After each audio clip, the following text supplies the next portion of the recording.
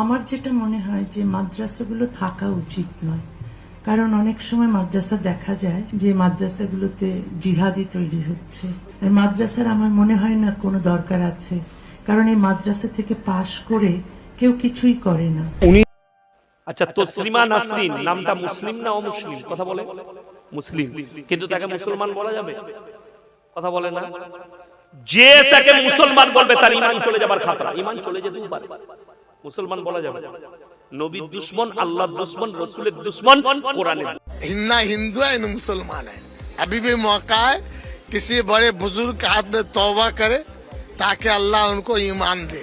उसके अब्बा अम्मा मुसलमान थे, वो बिल्कुल बीच में है, ना इधर है ना उधर है। वो कहने के लिए कौन है? हम हिंदुस्तानी मस्जिद बनाएंगे तो 30% कौन हमको बताएगा? 30% है। मदरसा को लेकर जो कहा है अरे मैं कहता हूँ ये अपने को दायरा से स्थिति से बाहर जा रही है।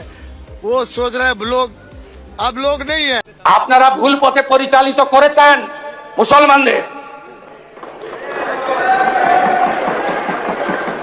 কেন খাজেরি মাদ্রাসায় পাঠাবেন? কেন স্কুল কলেজে পাঠাবেন না? কেন ডাক্তার ইঞ্জিনিয়ার করবেন না? এই প্রশ্নের উত্তর আপনাদের দিতে হবে। উনি মাদ্রাসা সম্পর্কে যথেষ্ট ভালো জানে, বাজার গরম করার জন্য বলছে। উনি যে জানেনই আমি এটা বলবো না, তার থেকে বেশি মাদ্রাসা সম্পর্কে শুভেন্দুবাবু জানে, শুধু মানুষকে গুমরাহ করার জন্য, দেখুন খারিজি মাদ্রাসায় সরকার কেন রাখবে? উনি এত মুসলিম ছেলেদেরকে নিয়ে চিন্তিত। এই সময় তাহলে কি করতে হবে? মুসলমানদের বিরুদ্ধে কিছু বলো, মুসলমানকে কিছু বলো, তাহলে এটাই মুসলমানকে বলাটাকে এরা উন্নয়ন বলে চালাবে, মুসলমানকে বলাটা এরা কি করবে? প্রতিশ্রুতি পূরণ। নিরাপত্তা সুনিশ্চিত করা হয়েছিল এবং তাকে নিরাপদে অন্য জায়গায় পৌঁছে দেওয়া হয়েছিল। যারা বলছেন বামফ্রন্ট তাড়িয়ে দিয়েছিল, তারা তাড়িয়ে দেওয়ার কথা শব্দটা অর্থ জানেন না। দর্শক, এবার বিকাশ রঞ্জন ভট্টাচার্য নরেন্দ্র মোদীকে নিয়ে বোমা ফাটালেন। উনি বলেন, মোদী ক্ষমা করার কে? ছাত্ররা মোদীকে ক্ষমা করে দিয়েছেন, এটাই চিরসত্য। আপনারা দেখেছেন কয়েকদিন আগে ককরোচ জনতা পার্টি যেইভাবে আন্দোলন সংগ্রাম শুরু করেছিলেন, তাতে নরেন্দ্র মোদী দেখতেছিলেন যে বাংলাদেশ কিংবা নেপালের মতো তাকেও প্রধানমন্ত্রিত্ব ছেড়ে পালাতে হতে পারে। সেই কারণে তিনি শিক্ষামন্ত্রী ধর্মেন্দ্র প্রধানকে তার দায়িত্ব থেকে পদত্যাগ করালেন। এটা আমরা দেখেছি। কিন্তু উনি পরবর্তীতে যখন দেখলেন যে আন্দোলন একটু ঠান্ডার দিকে, একটু ছাত্ররা যে দাবি নিয়ে রাস্তায় এসেছিলেন, সেই দাবিটা যখন পূরণ হয়েছে, সবাই যার যার মতো বাড়ি চলে যাচ্ছেন এবং আন্দোলনটা অনেকটা অংশে কমে গেছে, তখনই তিনি আরেকটা ভিডিও বার্তায় বলে ফেললেন যে আসলে আমি ছাত্রদেরকে ক্ষমা করে দিয়েছি। এখানে ছাত্ররা ক্ষমার কি করেছেন, তারা কি ভুলটা করেছেন যে তাদেরকে নরেন্দ্র মোদীর ক্ষমা করতে হবে? তো সেটারই এবার জবাব দিয়েছেন বিকাশ রঞ্জন। উনি বলেন, এখানে ছাত্রদের ক্ষমা করার কোনো বিষয় নেই, উল্টো আরও ছাত্ররা নরেন্দ্র মোদীকে ক্ষমা করে দিয়েছেন দেখেই এখন পর্যন্ত ক্ষমতায় টিকে আছেন, নয়তো বাংলাদেশ কিংবা নেপালের মতো অবস্থা হইতো। দর্শক, তসলিমা নাসরিন যেই দিন থেকে পশ্চিমবঙ্গে এসেছেন, সেই দিন থেকে আবারও নতুন আমরা অনেক কিছু দেখতে পাচ্ছি। উনি যদিও এসে সাথে সাথে বলেননি মুসলিম বিদ্বেষী কথাবার্তা, দু একদিন যাওয়ার পরেই উনি শুরু করে দিয়েছেন। প্রথমেই উনি মুসলিমদেরকে মাদ্রাসাগুলি বন্ধ করে দিতে বলেছেন। শুভেন্দু অধিকারীকে বলেছেন যে মুসলিমদের মাদ্রাসাগুলি বন্ধ করে দেওয়া হোক, খারিজি মাদ্রাসা, বিশেষ করে খারিজি মাদ্রাসাগুলি বন্ধ করে দেওয়া হোক। এই খারিজি মাদ্রাসাতে জঙ্গি কিংবা টেরোরিস্ট এসব জন্ম হয়। ওনার কথা মতে তো এটাই বোঝা গেল। এখন দর্শক, এই বিষয়ে আসলে কি মুখ্যমন্ত্রী শুভেন্দু অধিকারী কিছুই জানে না? মাদ্রাসাতে কি লেখাপড়া হয় না হয় সেই বিষয়ে কি মুখ্যমন্ত্রী শুভেন্দু অধিকারী কিছুই জানে না? অবশ্যই মুখ্যমন্ত্রী শুভেন্দু অধিকারী জানে, এবং সেই বিষয়টি নওশাদ সিদ্দিকী খুব সুন্দর করে বুঝিয়ে দিয়েছেন যে মুখ্যমন্ত্রী শুভেন্দু অধিকারী মাদ্রাসা সম্পর্কে আরও ভালো জানে। আর তার থেকে বড় কথা হয়েছে, তাসলিমা নাসরিন যেইভাবে ঘুষিয়ে কথা বলে, খুব সুন্দর করে ষড়যন্ত্রগুলিকে সাজাতে পারে, সাজিয়ে গুজিয়ে মুসলিমদের বিরুদ্ধে কিভাবে কথা বলতে হবে এবং মানুষকে যে মিথ্যাটা সত্য হিসাবে বিশ্বাস করাতে হবে, এটা তাসলিমা নাসরিন খুব ভালো করেই জানে। সেই কারণেই শুভেন্দু অধিকারী তাকে পশ্চিমবঙ্গে এনেছেন এবং মুসলিমদেরকে কিভাবে কতভাবে হ্যায় প্রতিপূর্ণ করা যায় সেই ধান্দায় সবসময় শুভেন্দু অধিকারী থাকে। দর্শক, আপনারা দেখেছেন তসলিমা নাসরিনকে কিভাবে মুখ্যমন্ত্রী শুভেন্দু অধিকারী রাষ্ট্রীয় সম্মান দিয়েছেন এবং তাকে রাষ্ট্রীয়ভাবে নাগরিকত্ব দিয়েছেন। আমি এই কথাটা আগের দিনও বলেছিলাম যে একদিকে বাংলাদেশি লোকেরা যারা 50 বছর 100 বছর ধরে সেখানে আছেন এবং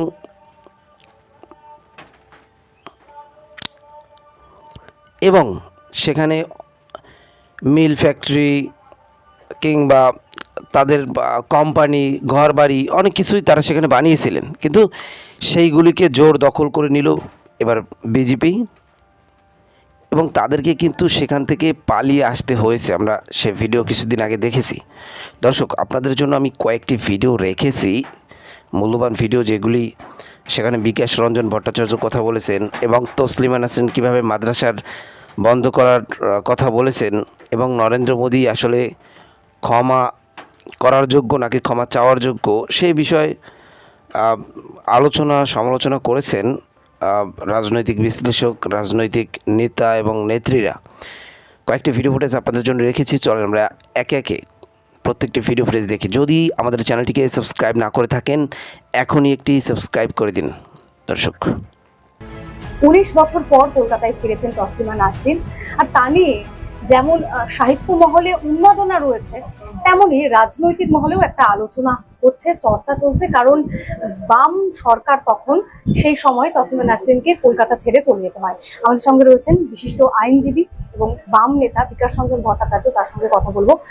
তসলিমা নাসরিন ফিরেছেন, বুঝতেই পারছেন তার সঙ্গে একটা চর্চা চলছে, রাজনৈতিক রাজনীতির অংশ কিনা সেটা নিয়েও কথা হচ্ছে, যদিও তসলিমা জানিয়েছেন যে এর মধ্যে কোনো রাজনীতি নেই।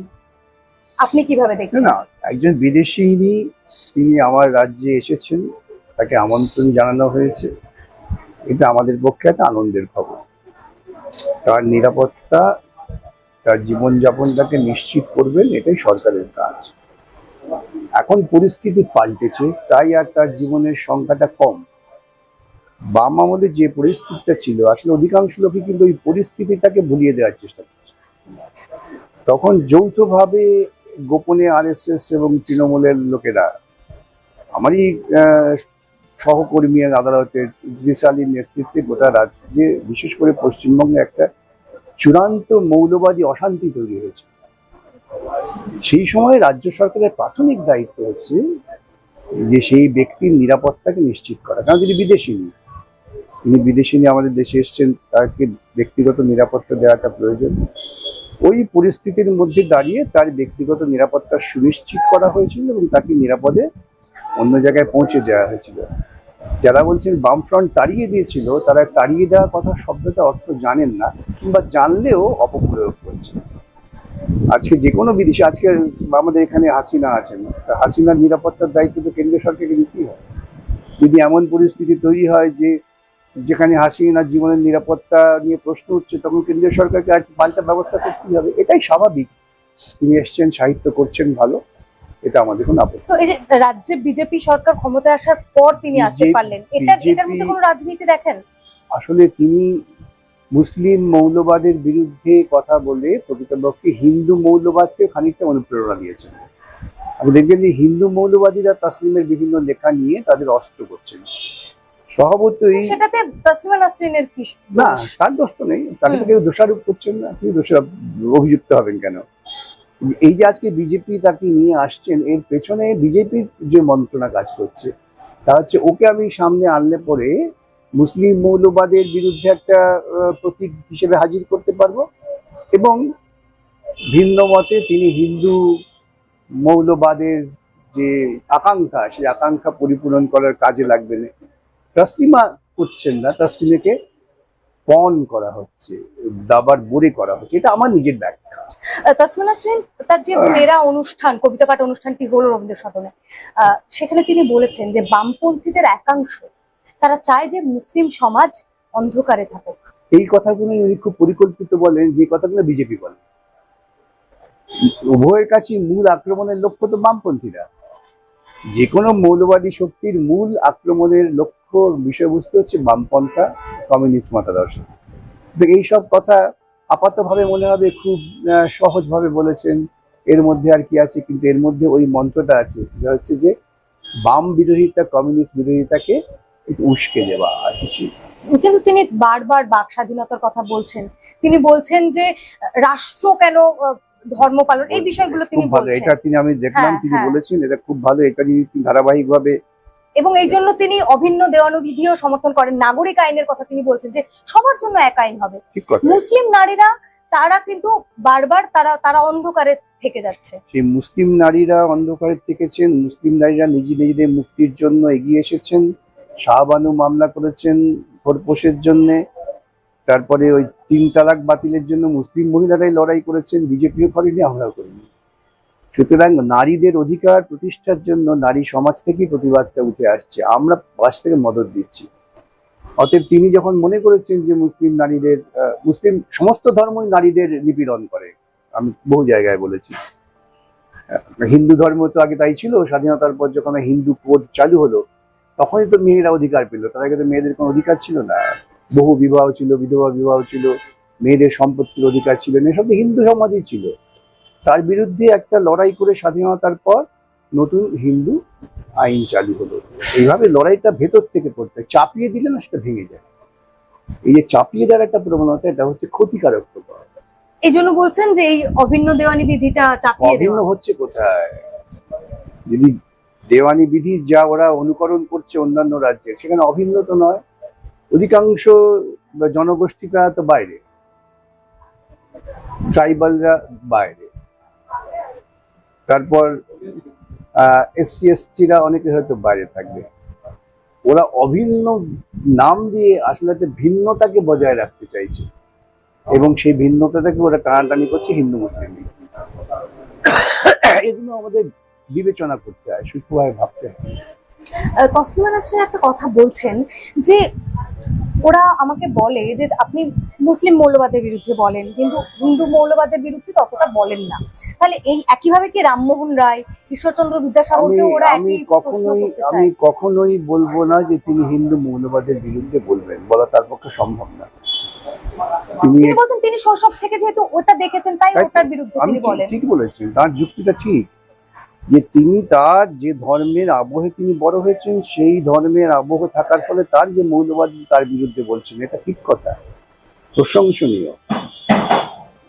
কিন্তু এটাকে ব্যবহার করছে হিন্দু মৌলবাদের, হিন্দু মুসলমান বিরোধটাকে টিকিয়ে রাখার জন্য। তো যেমন আমাকে যেমন অনেকে বলে যে আপনি হিন্দুদের বিরুদ্ধে বলেন, মুসলিমের বিরুদ্ধে বলেন না কেন? বুঝতে হবে তো আজকে বৃহত্তর বিপদ কোনটা, এটা বুঝতে হবে। যে বৃহত্তর বিপদ হচ্ছে যে সংখ্যাগরিষ্ঠ মৌলবাদ সাংঘাতিক। উনি বাংলাদেশে ছিলেন, সেখানে সংখ্যাগরিষ্ঠ মৌলবাদ বিপজ্জনক। ভারতবর্ষের লোকে সংখ্যাগরিষ্ঠ মৌলবাদ মানে হিন্দু তো বিপজ্জনক। আচ্ছা, কোথাও গিয়ে এটাকে কি মনে হচ্ছে বিজেপি রাজনীতি করতে চাইছে যে এখানে চেষ্টা করছে, লাভ হবে না। বিজেপি তো চিরকালই কদর্য রাজনীতি করে, লাভ হয় না। দেখছেন না ভারতবর্ষের প্রধানমন্ত্রী জেনজি বিক্ষোভে তিনি আবার সেই পিতৃতান্ত্রিক মনোভাবের প্রকাশ ঘটালেন, যে মেয়েরা বলছে, তার মানে ছেলেরাই কথা কোনো বললে পরে ঠিক, আর মেয়েরা বলায় তার আপত্তি হচ্ছে। এই যে পিতৃতান্ত্রিক মানসিকতা, ভারতবর্ষের প্রধানমন্ত্রী তিনি প্রকাশ্যে বলছেন, এটা থেকেই প্রমাণ হয় যে মৌলবাদী চিন্তাটা কোথায় কোথায় কাজ করে। বিজেপি এই 3 মাসে প্রায় আমাদের রাজ্যে 50টি মহিলার ওপরে শারীরিক অত্যাচার, যৌন হয়রানির মতো কেস হয়েছে এই বিজেপি আসার পর থেকে। এটা নিয়ে চর্চা হওয়া দরকার। তার পরিবর্তে তাসলিমা নাসরিন আসলে কি আমাদের জিডিপি বেড়ে যাবে নাকি? 200 ইউনিট করে যে বিদ্যুৎ ফ্রিতে দেবে বলেছিল, সেটা কি তো আপনার হয়ে যাবে? পেয়ে যাবো বলেছিল না শুভেন্দু অধিকারী মহাশয়, যখন তিনি বিরোধী দলের বিধায়ক তথা অপোজিশন লিডার ছিলেন, তিনি বলেছিলেন না দিল্লির মতো কি বলে আপনার পেট্রোল ডিজেলের দাম হয়ে যাবে, 450 টাকায় গ্যাস পাবো। শুভেন্দুবাবু বলেছিল। এখন সেটা বাদ দিয়ে এখন তাসলিমা নাসরিন আলোচনা করা হবে। কে বারণ করেছে? কে আসবে যাবে সেটা বিতর্ক নয়। বিষয়টা হচ্ছে এটাই যে ব্যর্থতা গুলো ঢাকার জন্য ওকে নিয়ে এসে দাঁড় করাচ্ছে, আর কিছুই না। তাসলিমা নাসরিন ভারতে আসার এসে তিনি যে বার্তাটি দিয়েছেন, তিনি বলেছেন যে আমি সশরীরে ভারতে আসবো স্বপ্নেও ভাবিনি, আমি ভেবেছিলাম হয়তো আমার লাশ আসবে। এই বিষয়টা কি বলবেন? দেখুন, ও এখন তো বার খেয়ের কথা তো বলতে যাবে, একটুখানি পাম দিতে হবে, নাহলে ওনার ভিসার ব্যাপার আছে যেগুলো ব্যাপার, এগুলো হচ্ছে তোষামদি করা, শাসকের তোষামদি। আমার যেটা মনে হয় যে মাদ্রাসাগুলো থাকা উচিত নয়, কারণ অনেক সময় মাদ্রাসা দেখা যায় যে মাদ্রাসাগুলোতে জিহাদি তৈরি হচ্ছে। আর মাদ্রাসার আমার মনে হয় না কোনো দরকার আছে, কারণ এই মাদ্রাসা থেকে পাশ করে কেউ কিছুই করে না। 19 বছর পর কলকাতায় ফিরে যে ধরনের বক্তব্য রাখছেন, এ এক প্রকার আরএসএস এর পাঠশালায় শিখে আসা বক্তব্য। আমি বলবো অনেক তো বই খাতা লিখেছেন, তো আপনি কখনো যান মাদ্রাসায় পড়াশোনা করুন, তাহলে হয়তো যদি আপনার সুমতি ফিরে। আর একটা ধর্মকে আলাদা করে সেই ধর্মের ধর্মীয় স্কুল হওয়া উচিত না, এটা সম্পূর্ণ একটা কমিউনাল স্টেটমেন্ট। সবকটা মাদ্রাসার মধ্যে জেহাদি তৈরি করা হয়, সেখানে লোকেরা চাঁদা তুলে খায়, সেখানে লোকেরা জেহাদ করে, এটা একটা মাদারহুড স্টেটমেন্ট হয়ে গেল। রবীন্দ্র সদনে তাসলিমা নাসরিন তিনি এসেছেন এবং মন্তব্য করেছেন মাদ্রাসাকে নিয়ে, একেবারে কোট আনকোট বলবো। তিনি বলেছেন মাদ্রাসাগুলোর থাকার দরকার নেই, সেখানে নাকি জেহাদি তৈরি হয়, এবং সাথে সাথে তিনি বলেছেন যে সেখানে নাকি ছাত্রছাত্রীরা কিছুই করতে পারে না, বেরিয়ে চাঁদা তোলে আর খায়। দেখুন, আমি না এই হাওয়াতে কথা বলা প্রমাণ বা তথ্য ছাড়া এই জিনিসটা কোনোদিনই সমর্থন করতে পারিনি। যে কোনো জায়গার বিরুদ্ধে যদি আপনি কোনো অভিযোগ তুলছেন, তাহলে সেই অভিযোগের ভিত্তি হওয়া উচিত কোনো তথ্য আর ডেটা। এখানে কেন্দ্রীয় সরকারে বিজেপি আছে, রাজ্যের সরকারে বিজেপি আছে, সবকটা মাদ্রাসার মধ্যে জেহাদি তৈরি করা হয়, সেখানে লোকেরা চাঁদা তুলে খায়, সেখানে লোকেরা জেহাদ করে, এটা একটা মাদারহুড স্টেটমেন্ট হয়ে গেল।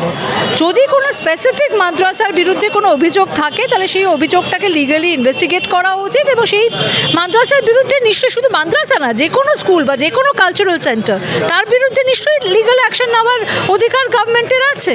কিন্তু এইটা বলা যে মাদ্রাসা বন্ধ করে দেওয়া উচিত, অনেক রকমের ধর্মীয় স্কুল আছে, হিন্দুদের ধর্মীয় স্কুল আছে, তাহলে যে কোনো একটা ধর্মকে আলাদা করে সেই ধর্মের ধর্মীয় স্কুল হওয়া উচিত না, এটা সম্পূর্ণ একটা কমিউনাল স্টেটমেন্ট, এবং সেই স্টেটমেন্টের আমি সম্পূর্ণভাবে বিরোধিতা করছি। আরও একটি মন্তব্য করেছেন যে মাদ্রাসাগুলোকে সেকুলার স্কুল করে দাও।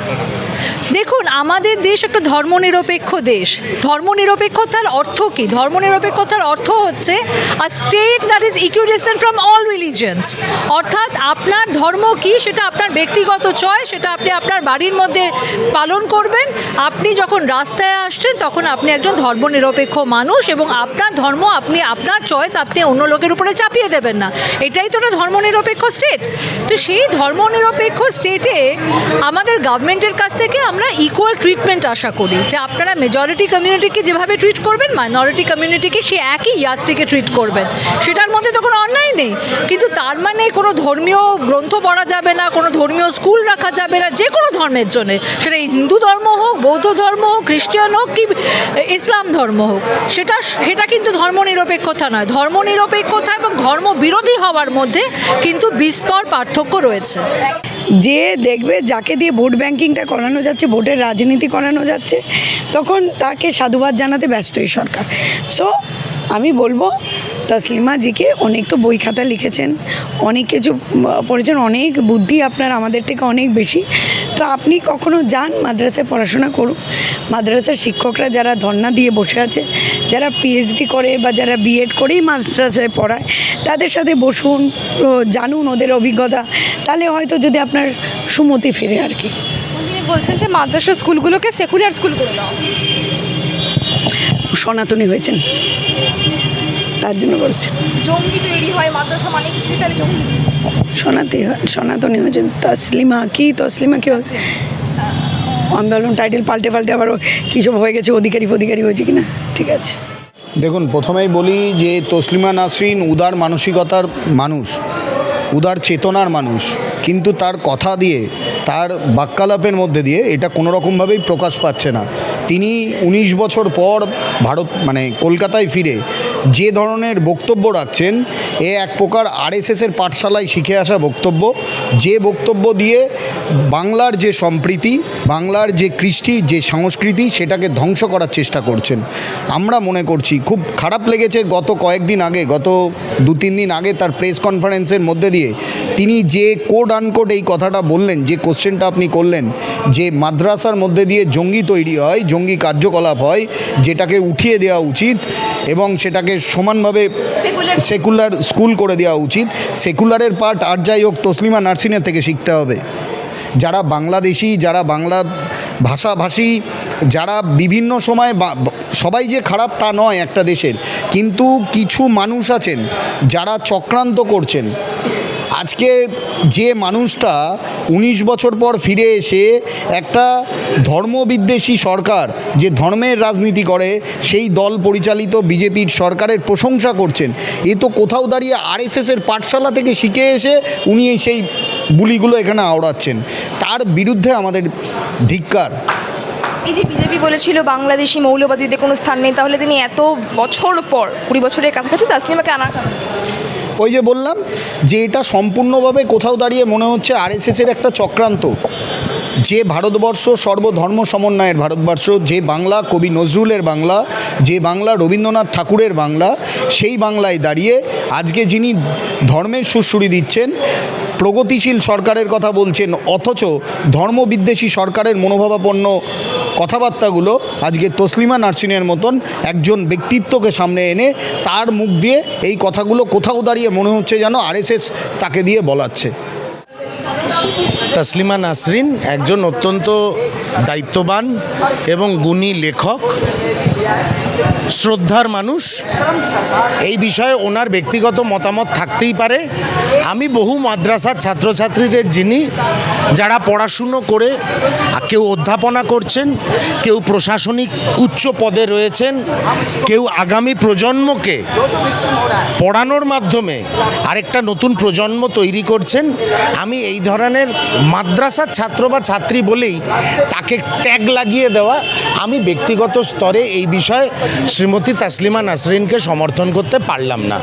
সমস্যা থাকতে পারে, সমস্যা থাকলে প্রশাসন তার দায়িত্ব, প্রশাসনিক দায়িত্ব তদন্ত করার। নিশ্চয়ই কোথাও যদি কোনো দেশবিরোধী ব্যাপার থাকে, কোনো উগ্রপন্থার সঙ্গে যুক্ত থাকে, প্রশাসন সে দায়িত্ব নেবে। কিন্তু তসলিমা দি যেভাবে বললেন সেটা খানিকটা বায়াসড ওয়েতে উনি বললেন, এটা দুর্ভাগ্যজনক। বলছেন যে মাদ্রাসাগুলোকে পরিবর্তিত করে সেকুলার স্কুল করে দেওয়া। না, সেকুলার তো আমরা সবাই, যে এই ভারতবর্ষে আমরা যারা বাস করি আমরা সবাই সেকুলার। মিশনারি স্কুলগুলো জনগণমন গাইছে, ওনারাও গাইছেন, রামকৃষ্ণ মিশনেও জনগণমন গাওয়া হচ্ছে, আমরা সবাই তো সেকুলার। আলাদা করে সেকুলার স্কুল ব্র্যান্ডিং কথাটা আমি জানি না উনি কি, এটা কি আঙ্গিকে কথাটা বলছেন। তবে এই ধরনের কথা থেকে নিজেকে বিরত রাখতে পারলেই উনি একজন অত্যন্ত শ্রদ্ধেয় এবং গুণী লেখিকা, ওনার জন্যও মঙ্গল, যেখানে উনি থাকবেন সেই রাষ্ট্র, সেই রাজ্যের জন্যও মঙ্গল। লেখিকার মুখ থেকে এই ধরনের কথা কি কখনো আপনারা? না, আমি আশা করিনি, সত্যি কথা বলতে আমি আশা করিনি। অন্যায় কোথাও থাকলে নিশ্চয়ই সেটা প্রতিবাদযোগ্য। কোনো মাদ্রাসায় বা কোথাও যদি অন্যায় হয়ে থাকেন, তার জন্য প্রশাসন আছেন। ওনার নজরে যদি কিছু থাকে তাহলে নিশ্চয়ই উনি তার খবর তার প্রপার চ্যানেলের থ্রু দিয়ে তদন্তকারী সংস্থাকে দেবেন। কিন্তু ওনার কথা শুনে আমার মনে হচ্ছে ওনার ব্যক্তিগত আঙ্গিকটাই মাদ্রাসা বা সংখ্যালঘু সম্প্রদায় সম্বন্ধে ওই রকমই। তসলিমা নাসরিন কে আমাদের তো কিছু নেই। ও বাংলাদেশের নাগরিকতা নিয়ে এখানে এসে আমাকে জ্ঞান দিতে হবে না। আমাদের ডেমোক্রেটিক কান্ট্রির মধ্যে আমাদের নিজের মধ্যে যা প্রবলেম থাকবে আমি নিজে সলভ করে নেবো। কে জাহাদি হচ্ছে, কে কোথায় হচ্ছে, অনেকগুলো আমি এক্সাম্পল দিতে পারি যেখান থেকে মানুষগুলো পড়ে, মাদ্রাসা থেকে পড়ে এখানে বড় বড় জায়গা তো গিয়েছেন। ওর মধ্যে আবুল কালাম আজাদ আছেন, ওর মধ্যে সর্দার বল্লভভাই পটেল আছেন, ওর মধ্যে অনেক বই যে আমাদের ফ্রিডম ফাইটার ছিল। আমার একটাই কথা আছে, এর মধ্যে বাংলার মানুষ যাবে না, হিন্দু মুসলিমের বাংলার মানুষ জীবনও যাবে না। আপনি যা ইচ্ছা করে করছেন, मैं শুভেন্দু অধিকারী জি বলছি কি যা আপনি ইচ্ছা করে করছেন হিন্দু মুসলমান করতে, আপনার যা ইচ্ছা আছে ওটা হবে না বাংলার মধ্যে। বাংলার মানুষ অনেক শিক্ষিত, ও জানে কি আপনি মিথ্যা কথা বলে আপনি গভর্নমেন্টটা তৈরি করে নিয়েছেন। আপনার কি বলেছিলেন 1 লাখ গভর্নমেন্ট জব আমি দেবো, যখন এই গভর্নমেন্টটা ফর্ম হলে আমি আসলে আমি 1 লাখ গভর্নমেন্টটা দেবো। আমি as a position youth leader মধ্যে আমি জানতে চাইছি কি আপনার 1 লাখ যা আপনি ওয়াদা করেছিলেন, প্রমিস করেছিলেন, ওইটা কোথায়? এটা নাম অন্য করলে ওইটা জায়গা আমি করে দেবো, এটা হবে না, ওটা ও হবে না, ওটা করলে লাভ নেই। আপনি এসেছেন, আপনি মুখ্যমন্ত্রী হয়ে গেছেন, আপনি বলুন কাজটা কি করছেন। আপনার হানিমুন পিরিয়ড চলে গেছে। তসলিমা নাসরিন আমাদের ভারত মধ্যে ওর কি কিছু নেই। তো তসলিমা নাসরিনকে আমাদের একটা জিনিস জানতে চাইছি মানুষগুলো, আমি একটা রিকোয়েস্ট, ना हिंदू है ना मुसलमान है, अभी भी मौका है किसी बड़े बुजुर्ग के हाथ में तौबा करे ताकि अल्लाह उनको ईमान दे। उसके अब्बा अम्मा मुसलमान थे, वो बिल्कुल बीच में है, ना इधर है ना उधर है। वो कहने के लिए कौन है? हम हिंदुस्तानी मस्जिद बनाएंगे तो 30% कौन हमको बताएगा? 30% है। मदरसा को लेकर जो कहा है अरे मैं कहता हूँ ये उनका, ये अपने को दायरा से स्थिति से बाहर जा रही है। वो सोच रहे हैं लोग, अब लोग नहीं है, वो रद्दी के टोकरे वाले हैं। वो जो ड्रेन होता है ना, ड्रेन, वो ड्रेन में जो बदबू आती है, वो बदबू का वक्त आ चुका है उनका। चलिए, हमको वो तकलीफ है। यूएनओ राष्ट्र संघ मोदी जी के नाम से खत भेजा है, ये नोटिस कि बंगाल के इलेक्शन में कैसी कैसी धांधली हुई, कौन सा एआई टेक्निक साइंस आपने इस्तेमाल किया, और जिनका ओरिजिनल डॉक्यूमेंट आपने धुतकार दिया, हियरिंग नहीं की, ये सब पूछा है। यह तकलीफ ने शर्म की बात द हिंदू पेपर में आया था, वो हम आपको चेतावनी दे रहे हैं। हम चाहते हैं 27 लाख वोटर किस स्थिति में, एजुकेशन में क्या है, मिसमैच में क्या है, डिलीट में क्या है, ये आप बताइए, डीएम को बताइए, एसडीओ को बताइए, पता चले क्या हो रहा है।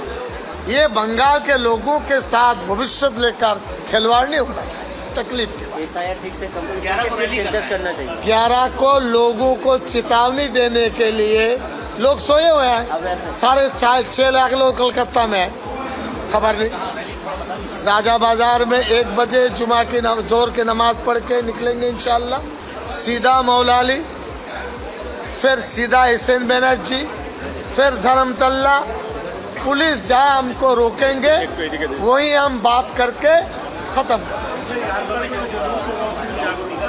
लाउड स्पीकर देखिए, 1996 में ये भगवती प्रसाद बनर्जी, उन्होंने इनको बताया था, सेपरेट जोन में डेसिबल बांध दिया, लाउड स्पीकर बंद नहीं किया।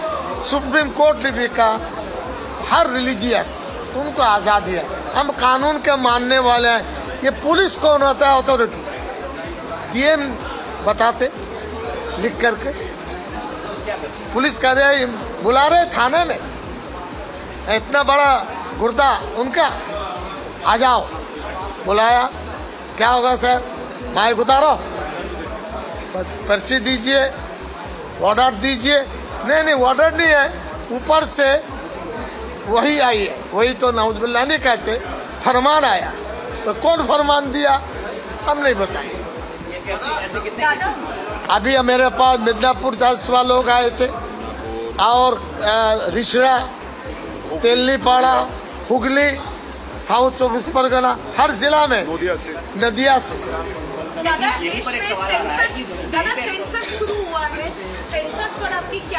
सेंसस। देखिए, government of India home affairs का मतलब होना चाहिए, हम इस एग्री हैं, लेकिन जो ये implement agency government of West Bengal fund देंगे सेंट्रल, काम करेंगे state, DM, SDO, BDO, joint BDO, political इसमें इंटरवेंशन नहीं है। लेकिन हम ये चाहते हैं पब्लिक अवेयरनेस। कलकत्ता में कहीं नहीं देख रहा, बस मैंने बताया, बाजे यानी गलत बात मत कहो, गलत बात मत सुनो और अपने कीमती वक्त को जाया मत करो, वहाँ डाल। एयरपोर्ट वाला आज सुने, हम खुद बताएंगे आपको, हम प्रोसेस के साथ डायरेक्ट इनडायरेक्ट टीएमसी के लीडर लोग, एमएलए, मिनिस्टर, ये सब टच में है।